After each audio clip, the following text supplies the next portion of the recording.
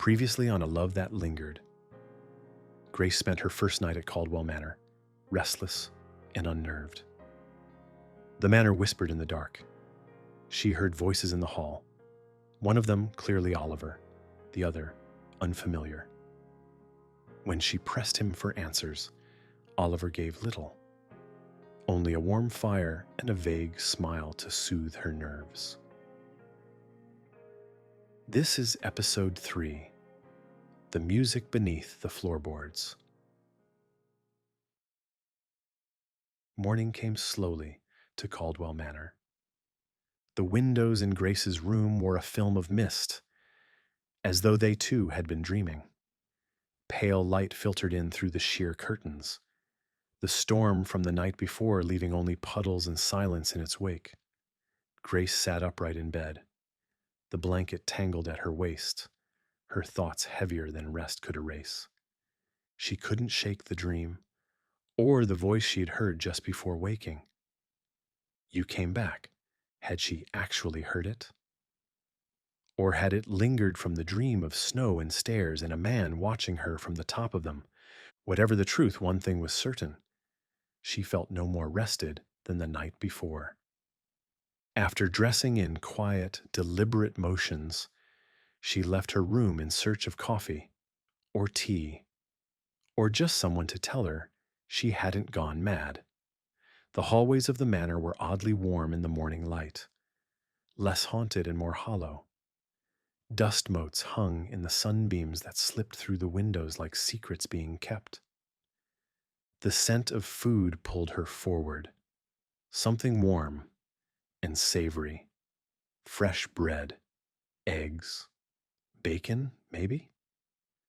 She followed it down the corridor, passing faded portraits and forgotten doors. The air shifted the farther she walked, cooler, older. She passed a side hall and paused.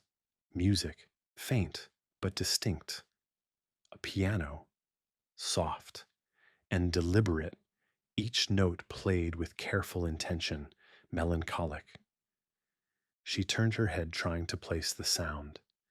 The manor was so large and winding it was hard to guess where it was coming from. She remembered seeing the piano in one of the sitting rooms off the main foyer.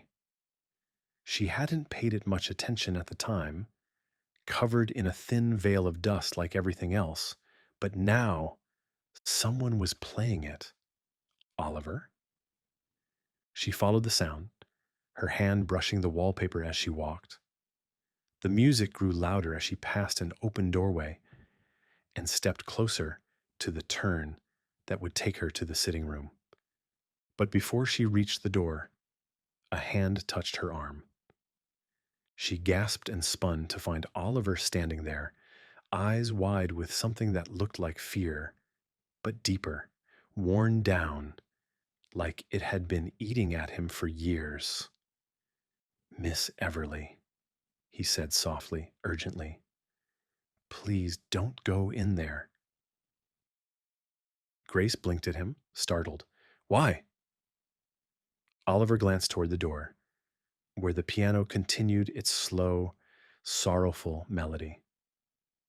"I need to ask you something, and I need you to trust me." She searched his face. The charming innkeeper's smile was gone. He looked tired, haunted. "All right," she said carefully. "What is it?" He took a breath, then lowered his voice. "Pack your things. I'll drive you into town. We'll say nothing more of this place, and you can go on your way." Grace blinked. "Wait, what?" He stepped closer, voice still low. "You shouldn't be here. I should never have let you stay the night." "Why?" His eyes flickered to the door again. The music slowed, a lingering pause between notes. "Some things," he said, "are drawn to the past. Others are chained to it. This house remembers." She stared at him, unsure whether to laugh or Be concerned. Oliver, are you hearing yourself? You sound like... I know how it sounds, he interrupted. But listen to me. You asked about Arthur. You wanted to know why the town avoids this place. Yes, because people come here and leave changed, he whispered. She frowned, folding her arms. You're saying someone's in there, playing the piano. No, he said, and something about the way he said it made her shiver. No one is supposed to be in there. She hesitated. Then who is? His jaw tightened. Someone I couldn't save. Someone who should have been gone a long time ago. Grace stepped back. You're scaring me. I should scare you. He took a steadying breath and stepped closer again, more gently this time. Miss Everly, this house clings to pain, regret, longing. It pulls at people like a tide. And you, his voice caught, you are exactly what he's been waiting for. Grace stared at him. Who? He didn't answer. I don't believe in ghosts, she said. But even as she said it, her voice trembled. Then believe in what's in front of you, Oliver replied. Believe in the warning I'm giving you now. Please leave before it's too late. The piano stilled. The silence that followed felt heavier than the music ever had. Grace turned towards the sitting room door. Oliver reached out, but she moved past him. Miss Everly. But she didn't look back. Her hand met the doorknob. She pushed.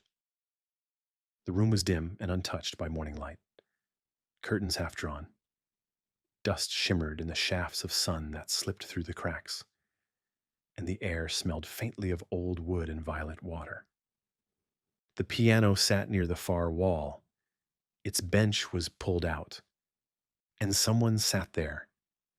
He was tall with his back to her, shoulders squared in the quiet, pale hair nearly white, fell just past his collar.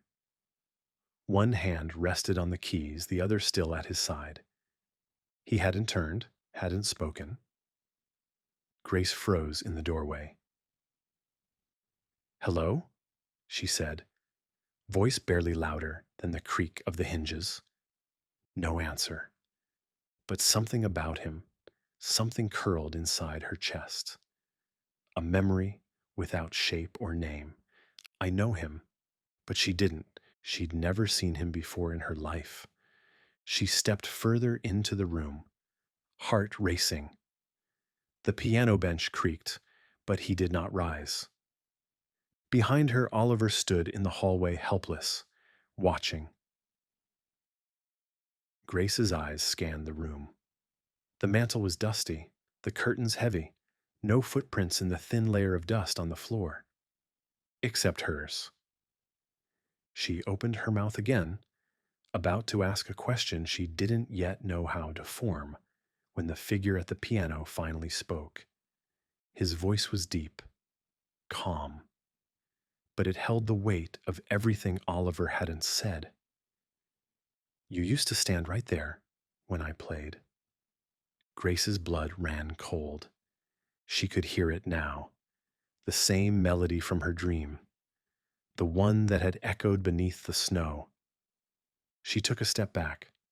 The man finally turned his head, just enough to let the morning light catch the edge of his profile. Not all the way. Just enough to let her see the ache in him, the recognition. Hello, Grace, he said.